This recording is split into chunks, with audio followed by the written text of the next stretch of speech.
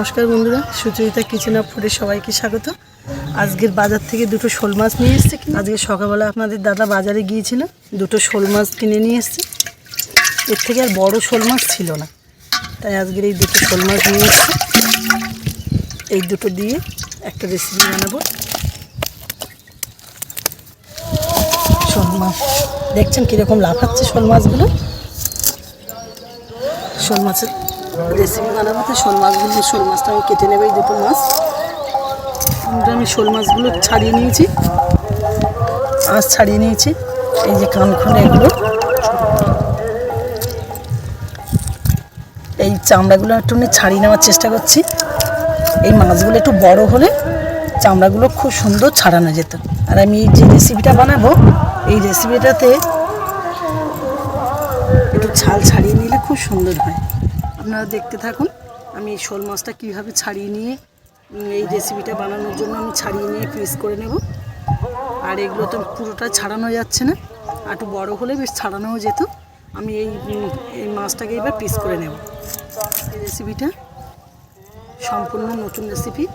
এই রেসিপিটাকে করার জন্য আমি পাতলা পাতলা করে ছোট ছোট করে পিসটা করে নেব।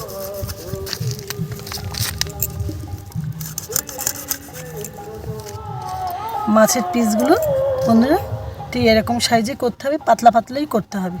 ভাজলে আরও একটু পাতলা হয়ে যাবে, তাই এটা বেশি বড় করলে আবার এটা ভালো লাগবে না। এটা ছোট ছোট করেই করতে হবে। এইভাবে আমি দুটো মাছের পিসগুলো আমি ছাড়িয়ে নিয়ে একই রকম করে পিসগুলো আমি করে নেব। বন্ধুরা, আমি মাছটাকে এইভাবে ধুয়ে নিয়ে এসেছি পরিষ্কার করে। এরকম উনুনে আগুনও দিয়ে দিয়েছি, কড়া বসিয়ে দিয়েছি। এবার কড়াইতে তেল দিয়ে দেবো। আর এদিকে আমি এবার মাছটাকে মাখিয়ে নেব। প্রথমে মাছের উপরে একটু সর্ষে তেল দিয়ে নেব।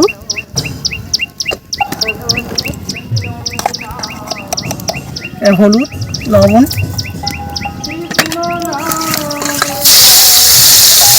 কড়া গরম হয়ে গেছে, তেলও গরম হয়ে গেছে।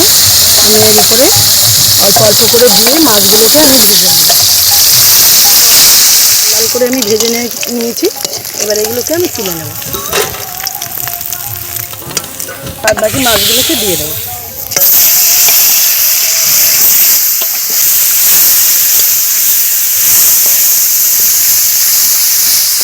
মাছগুলো ভাজা হয়ে গেছে, আমি এবার তুলে নেব।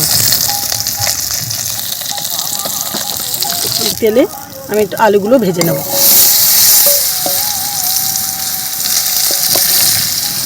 সামান্য লবণ দেব। আমি আলুগুলোকে এরকম ছোটো ছোটো করে কেটে নিয়েছি। আপনারা চাইলে আলু না দিতে পারেন। আমি সামান্য কটা আলু দিলাম। আলুগুলো আমি লাল লাল করে ভেজে নিয়েছি। এবার আমি তুলে নেব। আমি এই তেলে সামান্য একটু সর্ষের তেল দিয়ে দিলাম। তেলের মধ্যে গোটা গরম মশলা, আদা রসুন বাটা দিয়ে দিলাম, পেঁয়াজ বাটা দিয়ে দিলাম। মশলাগুলো যাতে না পুড়ে যায় তার জন্য একটু জলও দিয়ে দিলাম। হলুদ দিয়ে দিলাম, হলুদ গুঁড়ো দিয়ে দিলাম, 1/2 চামচ জিরে গুঁড়ো দিলাম, 1/2 চামচ ধনে গুঁড়ো দিলাম। পরিমাণ ঝালের হিসাবে সেইভাবে ঝাল লঙ্কাটা দেবো। এবারে টমেটো কুচিটাও দিয়ে দিলাম। এবার আমি নেড়ে চেড়ে নেব। এই টমেটোর ভিতরে সামান্য লবণ দিলাম, যাতে টমেটোটা একটু গলে যায়। সরষে এগুলো থেকে এর মধ্যে আমি কাঁচা লঙ্কা কুচি দিয়ে দেবো। এবার আমি আলুগুলো ভেজে রেখেছিলাম, আলুগুলো এর সময় দিয়ে দেবো। এবার আলুগুলো দিয়ে আমি সামান্য নেড়ে চেড়ে নেব। এবার আমি জল দিয়ে দেবো। এই রান্নাটা বেশি তো গ্রেভি রাখা যাবে না, অল্প করে রাখবো। আলুটা সেদ্ধ হওয়ার জন্য এই জলটা দিলাম। এই সময় আপনারা একটু লবণটা টেস্ট করে নেবেন, কম ছিল তাই আমি লবণ দিয়ে দিলাম। আমার গ্রেভিটা অনেকটা শুকনো হয়ে গেছে। আমি এই সময় এখানে আমি একটু গরম মশলা গুঁড়ো দিয়ে দিচ্ছি। এবারে আমি ভাজা মাছগুলো দিয়ে দেবো। দিয়ে এবারে আমি বেশি জাল লাগাবো না, আমি ঢাকা দিয়ে 2 মিনিট রেখে দেবো। বন্ধুরা আমি এইভাবে এই এতটা মতন পরিমাণে আমি গ্রেভি রেখেছি। এবার আমি নামিয়ে দেবো। বন্ধুরা শোল মাছের আমার রেসিপিটা যদি ভালো লেগে থাকে আপনারা এইভাবে বাড়িতে বানিয়ে খাবেন। আর যদি ভালো লেগে থাকে তো একটা কমেন্ট করে জানাবেন।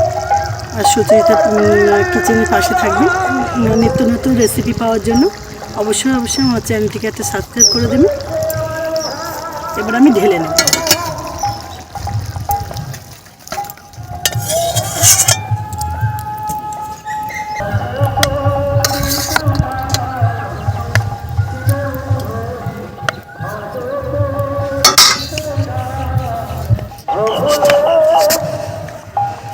বন্ধুরা এবারে আমি একটু টেস্ট করে দেখাচ্ছি আপনাদের।